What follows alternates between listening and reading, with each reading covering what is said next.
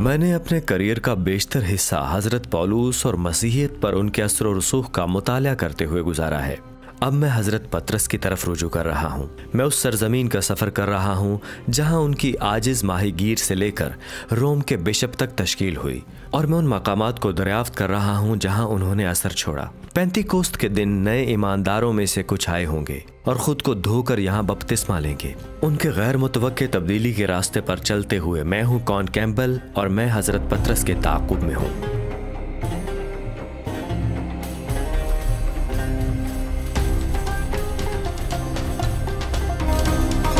मैं यहाँ हूँ इस शहर में इस दिन। ये वो सुबह है जब दुनिया भर के लाखों लोग यरूशलेम को याद करते हैं।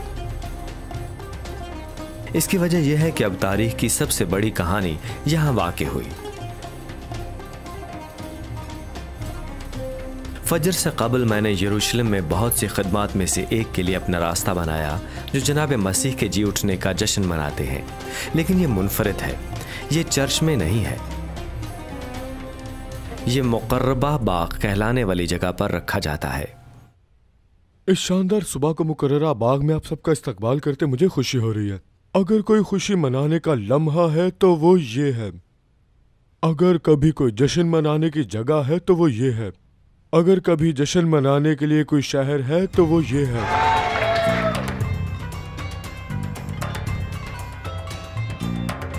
मेरे जज्बात कुछ मिले जुले से थे। जनाब मसीह की कुर्बानी को याद करके मुझे दुख हुआ। उन्हें क्या कीमत चुकानी पड़ी, लेकिन जी उठे जनाब मसीह की खुशी वही है जिसे हम इस दिन याद करते हैं। आपके बादशाह जी उठे हैं।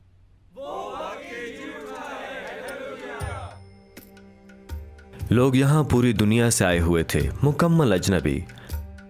फिर भी हम जनाब मसीह की वजह से खानदान की तरह एक फौरी बंधन में बंध गए। इज्तिमाई जज्बात, तारीफ में इजहार तशक्कुर, ये सब एक जज्बा था।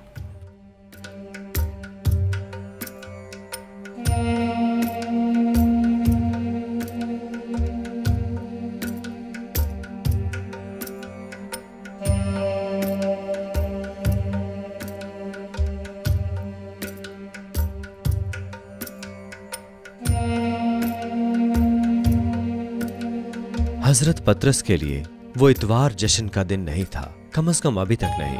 वो मायूस थे, वो खौफजदा थे, वो उलझन में थे। उन्हें वाकई यकीन नहीं आ रहा था कि क्या हुआ और ऐसा क्यों हुआ है। जनाब मसीह को मसलूब किया गया, इसका क्या मतलब है? क्या ये इनकलाब यहीं पर खत्म हो गया? इसलिए में वो बहुत ज्यादा मायूस थे। मगर शागिर्द कुछ खवातीन की बात सुनकर दंग रह गए थे, जिन्होंने दरियाफ्त किया कि जनाब मसीह की कब्र उस दिन खाली है और एक फरिश्ते ने उनसे कलाम किया और कहा कि वो यहाँ नहीं है, वो जी उठा है। जल्दी जाकर शागिर्दों से कहो। और पहली बार जब हजरत पतरस ने यह सुना, यानी इस खाली कब्र के बारे में जब हजरत पतरस को पहली बार पता चला, तो वो यूहन्ना के साथ भागते वहां पहुंचे। हजरत यूहन्ना वहां पहले पहुंचे, पर पतरस वो पहले थे जो मकबरे के अंदर गए और उन्हें पता चला कि कब्र वाकई खाली है। मगर इस नतीजे पर पहुंचने के बजाय कि जनाब मसीह को जिंदा उठाया गया, वो उलझन में, उन्हें यकीन नहीं कि आखिर क्या हुआ। क्या किसी ने लाश को चोरी किया? क्या रोमियों ने उनके बदन को कहीं मुंतकिल किया? क्या हुआ है?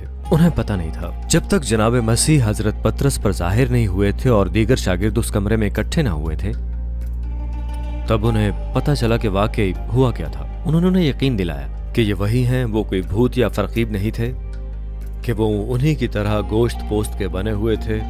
उन्होंने उनसे खाने की कोई चीज मांगी और फिर उनको कहा कि वो उन्हें छू कर देख लें ताकि उनके शकूक व शुबहात दूर हों। और यह बनता भी था। एक बार जब उन्हें यकीन आ गया कि जनाब मसीही 3 दिन कबल मरने के बाद दोबारा से जी उठे थे, वो सब खुशी से भर गए थे और उन्होंने फिर जश्न मनाया।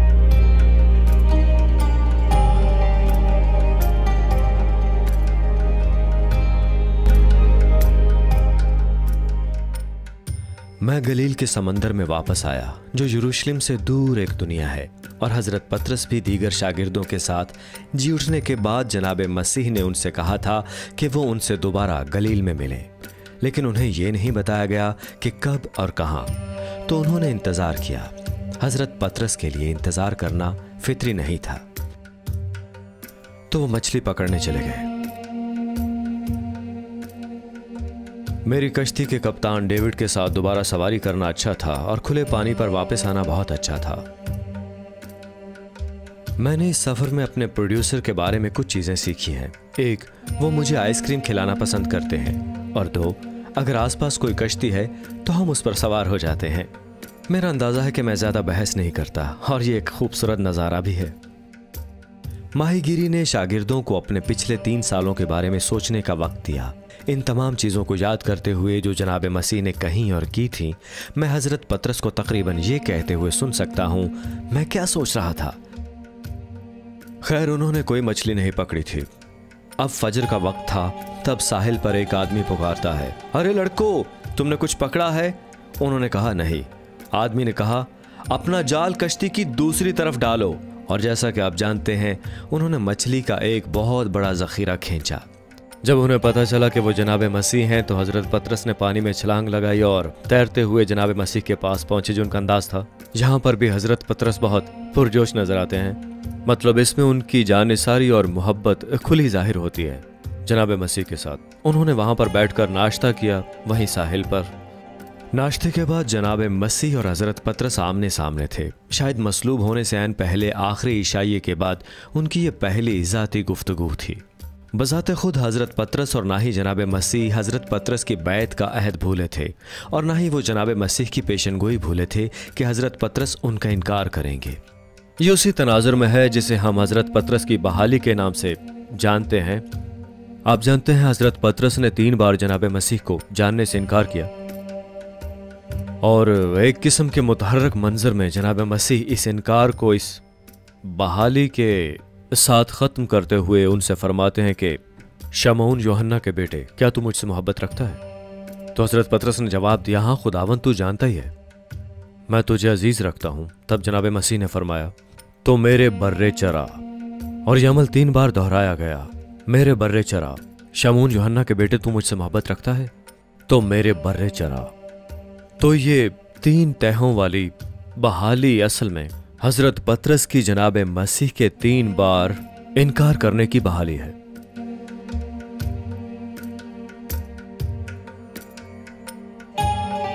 मैं एयर कंडीशनिंग के साथ यरूशलेम वापस चला गया, लेकिन शागिर्द पैदल वापस गए।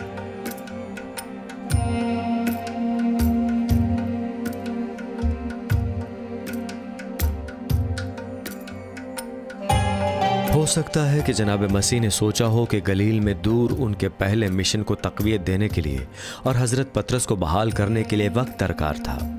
यरूशलेम वापस आते ही उनके जहन में हर किस्म के सवालात जन्म लेते होंगे।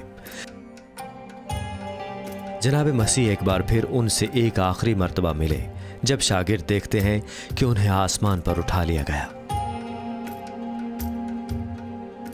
अपने आखिरी अल्फाज के साथ उन्होंने शागिर्दों को हुक्म दिया कि वो यरूशलेम को ना छोड़ें, बल्कि दोबारा इंतजार करें जब तक कि वो रूहुल कुद्स का बपतिस्मा ना ले ले, जिसका खुदा बाप ने वादा किया था।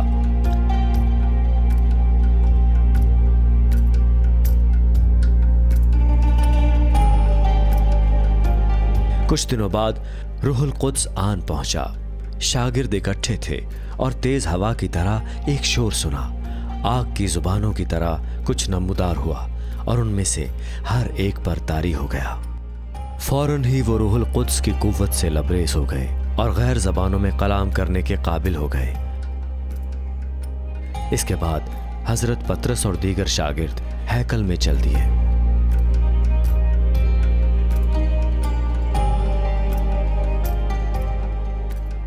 तो आप लफ्जी तौर पर आज उस वक्त उसी जगह पर चल रहे हैं जहां जनाब मसीह चलते थे। मैं पहली दफा हैकल के इतना करीब आया हूं। वाकई पहली बार। मैं जानता था कि मेरे दोस्त अवनर बॉस्की के पास क़यामत के बारे में बताने के लिए बहुत कुछ है। अवनर जनाब मसीह या इब्रानी में यशु के यहूदी पैरोकार हैं। हम कदीम हैकल के कॉम्प्लेक्स के जनूबी सिरे तक पहुंचते हैं। हम उन मराहल को देख रहे हैं। हम 2000 साल पीछे जा रहे हैं, जो बहुत ज्यादा वक्त है। जी हाँ, वाकई 2000 साल। पूरा इलाका रोमी सल्तनत के यहूदी लोगों से भरा होगा, जो इब्रानी में शावत या पेंतिकोस्त नामी सालाना त्यौहार के लिए आते थे, जिसके लिए ज्यादा जाना जाता है। और रूहुल कुद्स की क़ुव्वत से हज़रत पतरस ने दिलेरी से हज़ारों लोगों से जनाब मसीह के बारे में बात की और 3000 लोगों ने जवाब दिया। हज़रत पतरस की तकरीर जो उन्होंने यहाँ फरमाई वो वाकई हज़रत पतरस के लिए एक शानदार लम्हा है, और हम देखते हैं कि बहुत सी चीज़ें और जगहें बंद हैं। जी, मुझे लगता है कि जब उस वक्त जमा होने वाले गिरोह पर रूहुल कुद्स नाजिल हुआ तो उन्होंने लोगों पर आग की जुबानें देखीं, और मुझे लगता है कि उन्हें अभी एहसास हुआ है कि उनके पास यही मौका है, यही इसकी तकमील है जो जनाब मसीह ने उनसे फरमाया था, आप जानते हैं यरूशलेम में इंतज़ार करो जब तक ऐसा ना हो। और हज़रत पतरस अपनी तकरीर में कहते हैं कि दाऊद वफ़ात पा चुके हैं और दफन है, और वो दफन है शायद यहीं कहीं, है ना? इस नीले रंग के निशान के बिल्कुल नीचे, शायद यहाँ से तकरीबन 500-600 गज मीटर नीचे। जी काफी हाँ, करीब है, बहुत करीब है। हाँ। तो हज़रत पतरस की तरफ इशारा करने के काबिल होंगे, जो कि एक वाकई अच्छी मिसाल है। जी, हर कोई जानता था। वो कहते हैं मकाम मकाम मकाम, हम कहाँ हैं? जी हाँ, हम हजरत दाऊद के संदूक के ऐन मरकज में मौजूद हैं। यहूदियों के बादशाह और हजरत दाऊद के बेटे के लिए मसीहा के बारे तबलीग देने के लिए अच्छी जगह थी, और इन जबानों में बोलने वालों का माफूकुल फितरत पहलू जो वो बिल्कुल नहीं जानते थे। ये सब एक किस्म का इफ्तिताह है, और खुदा ने कहा है कि मैंने अपने बेटे की कुर्बानी बतौर मसीहा कबूल की है, इसराइल का कुफार के तौर पर बल्कि पूरी दुनिया के लिए। ठीक है, रूहुल कुद्स इस बात का सबूत है कि जनाब मसीह ही मसीहा है। बिल्कुल ठीक। जी हाँ, क्योंकि किताब मुकद्दस में यहूदी रिवायत में रूहुल कुद्स ज़रूरी तौर पर लोगों पर जाहिर नहीं हुआ जब तक आपके पास कोई मखसूस मकसद ना हो, मिसाल के तौर पर अंबिया, काहिन या बादशाह। तो निजात की तारीख का यह बहुत बड़ा वाक़या है कि रूहुल कुद्स आम लोगों पर इस तरह से जाहिर होता है। जी हाँ, गलील के माहीगीर। जी हाँ, न सिर्फ नबियों, काहिनों और बादशाहों पर। ठीक है, मैं सोचता हूँ कि जाहिर है ये बहुत अच्छी तकरीर है, क्योंकि ये मुतासिर शुदा है रूहुल कुद्स से, और इस मौके पर 3000 लोग जनाब मसीह पर ईमान लाए। वो तौबा करते हैं और जनाब मसीह पर ईमान लाते हुए बपतिस्मा लेते हैं। यकीनन वो इब्रानी बोल रहे थे, तो उन्होंने बपतिस्मा नहीं कहा, ऐसा ही, क्योंकि इसका मतलब लोगों को मुकम्मल तौर पर बदलना था, और ये वो तरीका नहीं। हजरत पतरस के ज़माने में इस पूरे इलाके में ये तमाम तालाब पानी से भरे हुए थे, या तो बहार के पानी से या बारिश के पानी से। उन्हें मिकवा और जमा में मिकवात कहा जाता है, जहां आप हैकल में जाने से कबल खुद को धोते हैं, और इस तरह जब आपके पास 3000 यहूदी लोग ईमान का दावा करने के लिए आते हैं, उस दिन में तब्दील हो जाते हैं। तो यहीं पर है हम अमाल के बाब 2 के लिए ज़मीनी जी, तो वो यही कहीं वकूफ़ पज़ीर हुआ होगा। तो क्या आप मुझे कोई मिकवा दिखा सकते हैं अभी? जी क्यों नहीं। अच्छा चलिए, हाँ, आ जाएं फिर चलते तो हैं। आइए चलिए।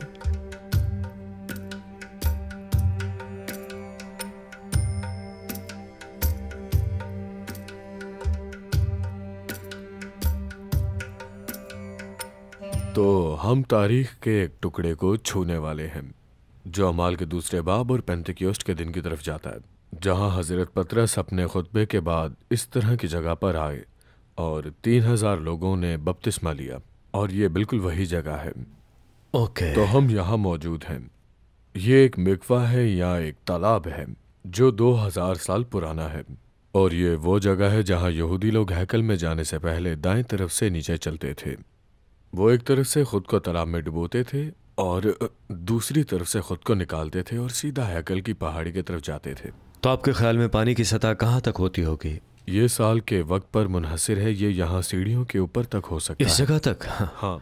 तो 3000 नए ईमान लाने वाले पेंतिकोस्त के दिन उनमें से कुछ यहाँ आए होंगे और बपतिस्मा लेने के लिए इसमें दाखिल हुए। इस पूरे इलाके में शायद उनमें से तकरीबन 40 या 50 मवाक़ियत हैं, यानी बपतिस्मा के तालाब हैं, इसलिए उनमें एक वक्त में 3000 अफराद अमाल के बाब 2 की तकमील को पूरा करने के लिए उनमें से चंद एक की ज़रूरत है। ये सोचकर बहुत ज़्यादा हैरत होती है कि उन मोमिनीन ने इस तरह की जगह पर बपतिस्मा लिया होगा, इस तरह की जगह पर डूबकर। इसके बारे में क्या कहते हैं? अगले हफ्तों में जनाब मसीह के बारे में खबरें यरूशलेम से बाहर फैलने लगी। अवनर मुझे बहेरा रोम के साहिल पर वाक़े शहर याफा ले गए। यहाँ हज़रत पतरस ये दरियाफ्त करने वाले थे कि जनाब मसीह की खुशखबरी वाक़ई कितनी अच्छी है, लेकिन वो पहले तो इसके बारे में ज़्यादा दिलचस्पी नहीं रखते थे। याफा इसराइल की बहेरा रोम के साहिल पर वाक़े कदीम तरीन बंदरगाह है। इसने एक तरह से मुझे अपने यूनानी रिश्तेदारों के करीब मौजूद बंदरगाहों की याद दिला दी है। मैं अब तक कदीम याफा नहीं गया, क्या वो करीब है? ये कदीम याफा है। अच्छा, तो वो यही यही मौजूद है, यानी हम वही हैं। आज याफा पैदल चलने और ख़रीदारी करने और खाने के लिए एक बेहतरीन जगह है, लेकिन जब हज़रत पतरस यहाँ थे तो क्या खाएं या ना खाएं एक मसला होता होगा। ये वाकई बहुत ही हैरत अंगेज है। तो हम लोग कदीम याफा में मौजूद हैं, जिसे जोपा भी कहा जाता था। जोपा, हाँ। तो इसमें फ़र्क है कि यूनानियों को इब्रानी बोलने में दुश्वारी थी, वो यशु नहीं कह सकते थे, इसलिए उन्होंने जनाब मसीह का वो याफू नहीं कह सकते थे तो उन्होंने जोपा कहा, लेकिन ये एक ही जगह है। जी हाँ, वो यूनानी थे, बात समझ में आती है।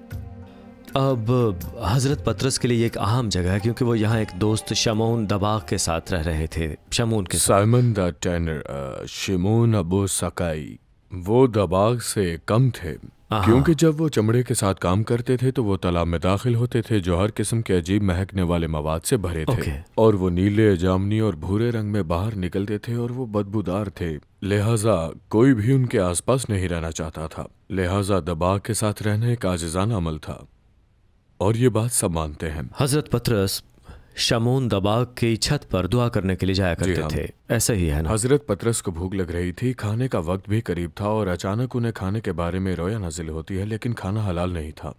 हजरत मूसा ने खुदा की तरफ से बात की थी और यहूदियों से कहा था कि तुम खास लोग हो, कुछ खाने ना खाओ, ये तुम्हारे फेल का हिस्सा है। और फिर आसमान से एक आवाज़ आती है जो कहती है कि यहाँ कुछ अच्छे चमगादड़, कुछ छिपकली, कुछ उल्लू, कुछ मगरमच्छ हैं, उन्हें मारकर खा लो। और वो दंग रह गया। और दर हकीकत उस रोया में खुदावंद की आवाज़ हज़रत पतरस से फरमाती है, जिनको खुदा ने पाक ठहराया है तू उन्हें हराम ना कह। तो मेरे ख्याल में ये तवज्जो झींगे पर नहीं थी बल्कि अक़वाम पर थी, लिहाजा मेरी तवज्जो मसीहा की खुशखबरी को अक़वाम आलम तक पहुँचाने पर है। अगरचे आपको लगता है कि वो नापाक हैं तो मैं उन्हें खाना चाहता हूँ। ओके, बिल्कुल। तो ये किताब मुक़द्दस की कहानी में निजात के लिए एक वाकई बहुत बड़ा अहम मोड़ है निजात की कहानी में, क्योंकि अब गैर कौमों को भी शामिल किया जाएगा और खुदा उनको समझाने में मदद देने के लिए इस वक्त उनको यानी हज़रत पतरस को इस्तेमाल कर रहा है। ये बहुत बड़ा बुनियादी रुझान है, बहुत बड़ा। खुदा ने हज़रत पतरस के देखने के लिए दरवाज़ा खोला कि अंजील शरीफ सामरियों और ज़मीन के किनारों तक जाने वाली है। और मैं आपको बताऊं, खाने की इन तमाम बातों ने मुझे भूख लगवा दी है। मुझे एक जगह मालूम है जहाँ हम आइसक्रीम खा सकते हैं। हाँ चलें। उम्मीद करता हूँ वो हलाल होगी।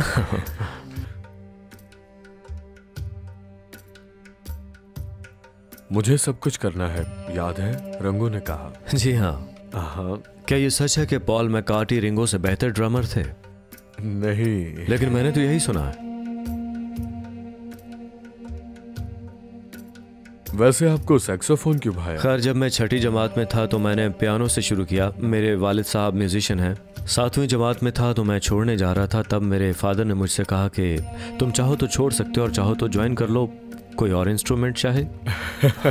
और मैंने कहा कि मुझे सैक्सोफोन पसंद है और जैसे ही मैंने ये बजाना शुरू किया मुझे पसंद आ गया और फिर जैज़ भी अच्छा लगने लगा। जी हाँ, क्योंकि जैज़ बहुत अच्छा है। फिर मैंने जैज़ में मौसीकी के बारे में बात करते हुए पतरस की बात की जंजीर टूट रही थी।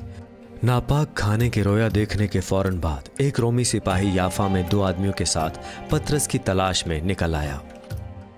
वो जानते थे कि इसका मतलब आम तौर पर परेशानी है,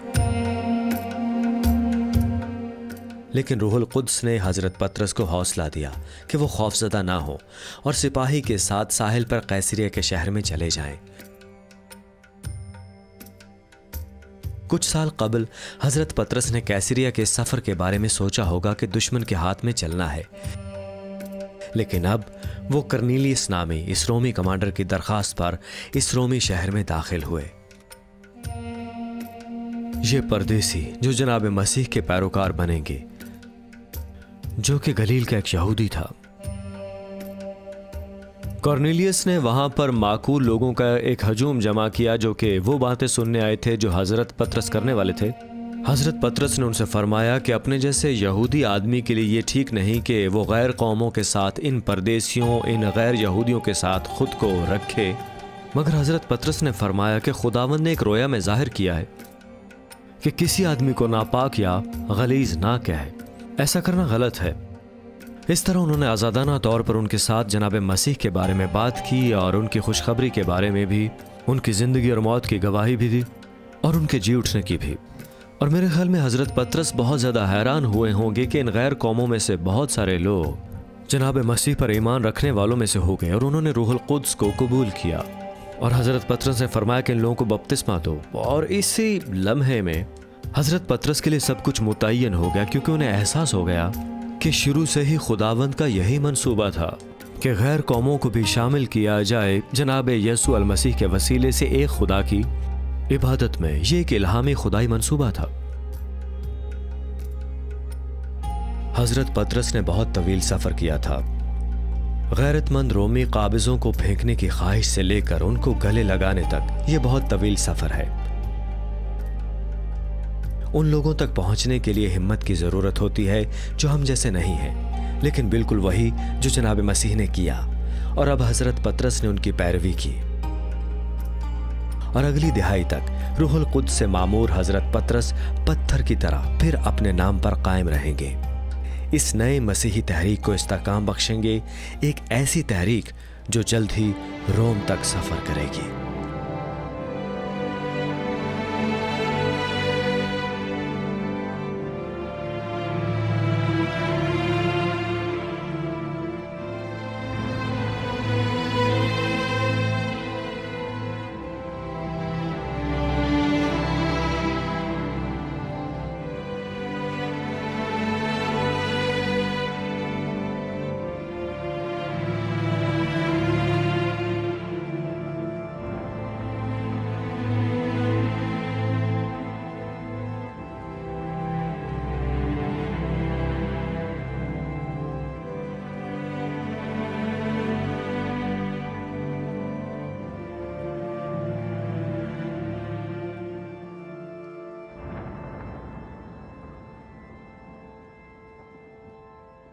अजीज नाजरीन, इस वीडियो को देखने के बाद अगर आप इंजील शरीफ का मुफ्त नुस्खा हासिल करना चाहते हैं तो हमें अपना मुकम्मल पता बमा मोबाइल फोन के अरसाल कर दें। हम पूरी कोशिश करेंगे कि आप तक इंजील शरीफ का मुफ्त नुस्खा पहुंच जाए।